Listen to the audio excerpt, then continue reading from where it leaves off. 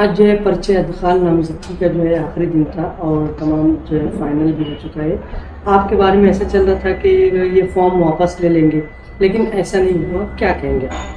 Form واپس لینے کا سوال ہی نہیں تھا، کیونکہ ہندوستان کے ایک بڑے لیڈر جو ہمارے پارٹی کے سب سے بڑے لیڈر ہیں وہ آ کر اعلان کر کے گئے تھے.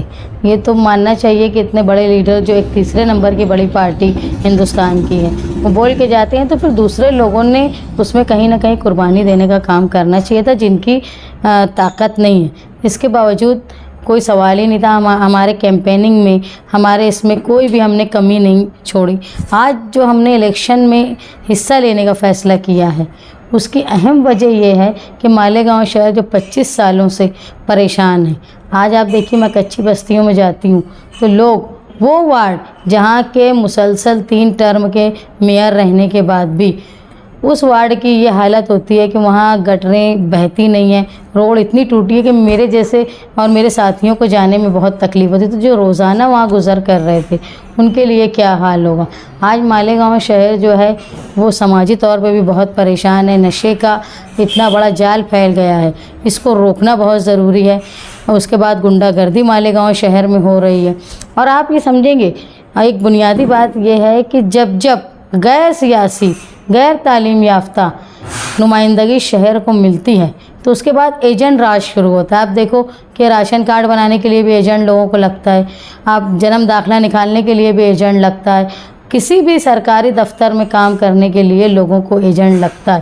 اگر نمائندہ پڑھا لکھا اور سیاسی سوجھ بوجھ والا ہو تو ورکر بھی سوجھ بوجھ والے ہوتے ہیں. آپ دیکھو ماضی میں جب ساتھی نہال احمد صاحب تھے تو جنم داخلے میں نونی کروانے کے لیے لوگ ورکر کو بولتے تھے ہمارے یہاں بچہ ہوا ہے، یہ ماں کا نام ہے، یہ باپ کا نام ہے، دادا کا نام ہے، نونی کرا دو یہ ایڈریس.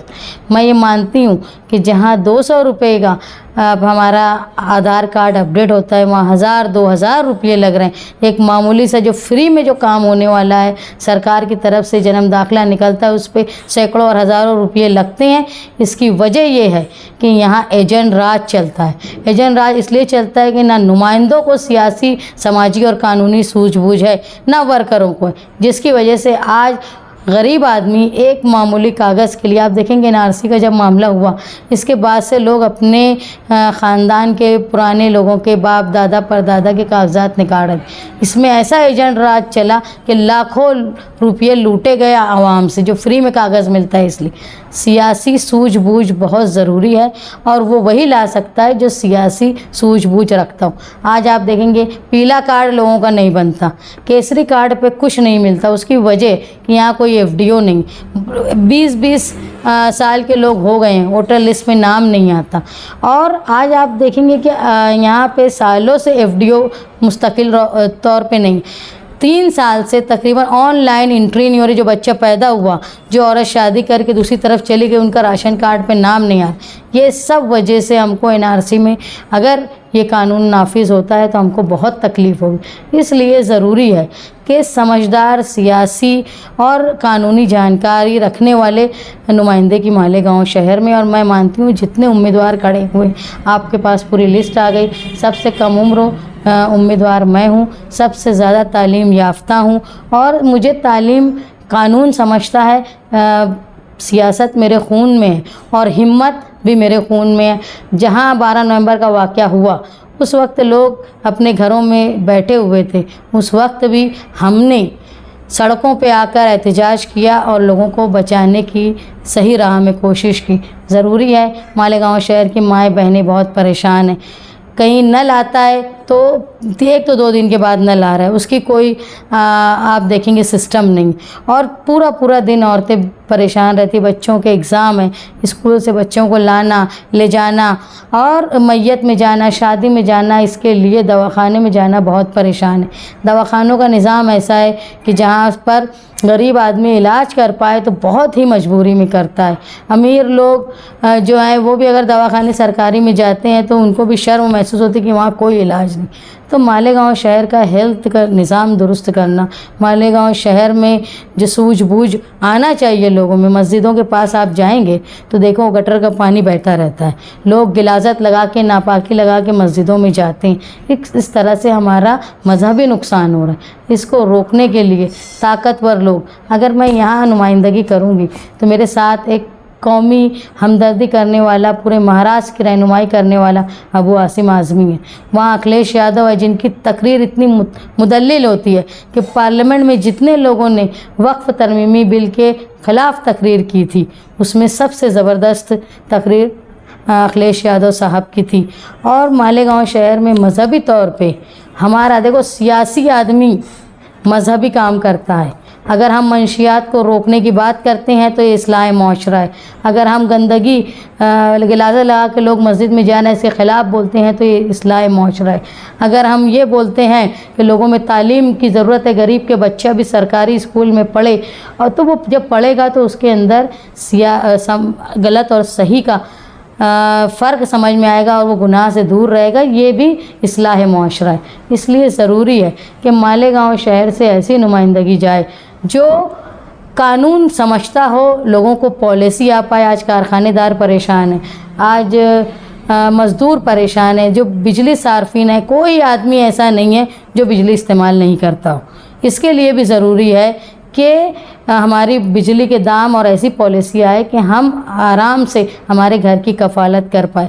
خاص طور پہ جو لوگ کارخانوں کے علاوہ چاہتے ہیں کاروبار کرنا, ان کے لیے ہم موقع فراہم کریں گے. میں آج جہاں گھوم رہی تھی مالیگاؤں شہر میں, آپ دیکھ لو, ایک نگ لگانے کا کام, نگ ٹاکنے کا کام, دوسرا تھیلی سینے کا کام, تیسرا گوند چننے کا کام, املی پھوڑنے کا کام, اور جو منگل سوتر ہوتا ہے جس کو پوت بولتے ہیں, پوت کو پرانے کا کام موتی کا, یہ بڑے پیمانے پہ ہوتا ہے اور اتنی معمولی اجرت پہ ان سے کام کروایا جاتا ہے. اگر ہم میک ان انڈیا اور اسکل انڈیا کے تھرو مالیگاؤں شہر میں پالیسیز لائیں گے تو یقیناً گھر میں بیٹھی ہوئی خواتین باعزت طریقے سے حلال روزی کما پائے گی.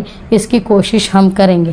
آپ دیکھو سیاسی سوجھ بوجھ کی کمی ہونے کی وجہ سے ایسا ہوا کہ مالیگاؤں شہر جو مسجد اور میناروں کا شہر کہلاتا ہے, وہاں وقف ترمیمی بل کے خلاف مالیگاؤں شہر میں کوئی نہیں سیاسی آدمی گیا, نہ کوئی مذہبی تنظیم, ایک دو چھوڑ دی جائے تو وہ جا کر وقف ترمیمی بل کے خلاف جا کر بمبئی میں انہوں نے آواز اٹھائی ہو, یا خط دیا. ہم نے پورا پٹیشن بنا کے لے گئے 17 پیج کا, اور میں نے وہاں جو جگدمبا پرساد جو اس کے چیئرمین تھے ان کے سامنے باتیں کی کہ ہم کو کیا کیا اس میں آپ کی نیت صحیح نہیں دکھتی ہے, اس کے بارے میں ہم نے بتایا. تو سیاسی آدمی ہی سماج کو درست کر سکتا ہے, اور جب سماج درست ہوگا تبھی ہم مذہبی طور پہ مستحکم اور صحیح راہ پہ چل سکتے ہیں. یہ امید سے میں مالیگاؤں شہر میں الیکشن لڑ رہی ہوں کہ میری مائیں بہنیں, وہ نوجوان جو اپنی محنت کی کمائی لے کے گھر پہ جاتے ہیں اور ڈر ہوتا ہے کٹر مار کے کوئی ان کا پیسہ نہ لوٹ لے, اس کے لیے, اور جو بوڑھے آج وظیفے کے لیے پریشان ہیں. ساتھی نہال احمد صاحب ہمیشہ بیوہ اور 65 سال سے اوپر کے جو لوگ تھے ان کے لیے وظیفے کا کام کرتے تھے, لیکن اب سال بھر ہو جاتا ہے, لوگ مر جاتے ہیں, ان کے وظیفے کا فنڈ نہیں آتا. اس لیے ضروری ہے کہ معاشرے کو سدھارنے کے لیے, اصلاح معاشرہ کے لیے سمجھدار سیاسی, سماجی اور قانونی سوجھ بوجھ اور ہمت والے نمائندے کو چن کر مالیگاؤں شہر دے. اور سابقہ دنوں میں لوگوں نے دیکھا ہے کہ مسلسل میں نے قانونی طور پہ, سماجی طور پہ, اور لوگوں کی چاہے طلاق ثلاثہ کا معاملہ ہو, چاہے NRC کا معاملہ ہو, مذہبی طور پہ بھی عورتوں کی اور نوجوانوں کی ہمت بڑھانے کا کام کیا ہے. تو یقین ہے مجھے یہ نہالی ورکر جو مجھ سے امیدیں رکھ رہے ہیں, پورا شہر جو امیدیں رکھ رہا ہے, تو کامیاب ہو کر مالیگاؤں شہر میں ایک نئے مستقبل, روشن مستقبل کی شروعات میں سماجوادی پارٹی کے پرچم تلے کرنے کی کوشش کروں گی. انڈیا الائنس سے کہو یا مہا وکاس اگاڑی کہو, اس میں جو ہے سماجوادی بھی شامل ہے اور کانگریس بھی, اور یہاں پر دونوں امیدوار ہیں. تو کیا دوستانہ, میں مانتی ہوں میں انڈیا الائنس کے امیدوار, کیونکہ انڈیا الائنس بنانے والے نتیش کمار جب چھوڑ کے NDA میں گئے تو سب سے پہلا شخص تھا لیڈر جنہوں نے اکھلیش یادو, جنہوں نے انڈیا الائنس کو جوڑا, بنایا. اور اس خطے میں جب انہوں نے سب سے پہلے تیجسوی یادو کو آمادہ کیا کہ وہ انڈیا الائنس کا حصہ بنے, اس میں قائم رہے, تاکہ جو ہندی پٹا ہے وہ میڈیا اس کو پہلے کور کرتا ہے, وہاں سے آواز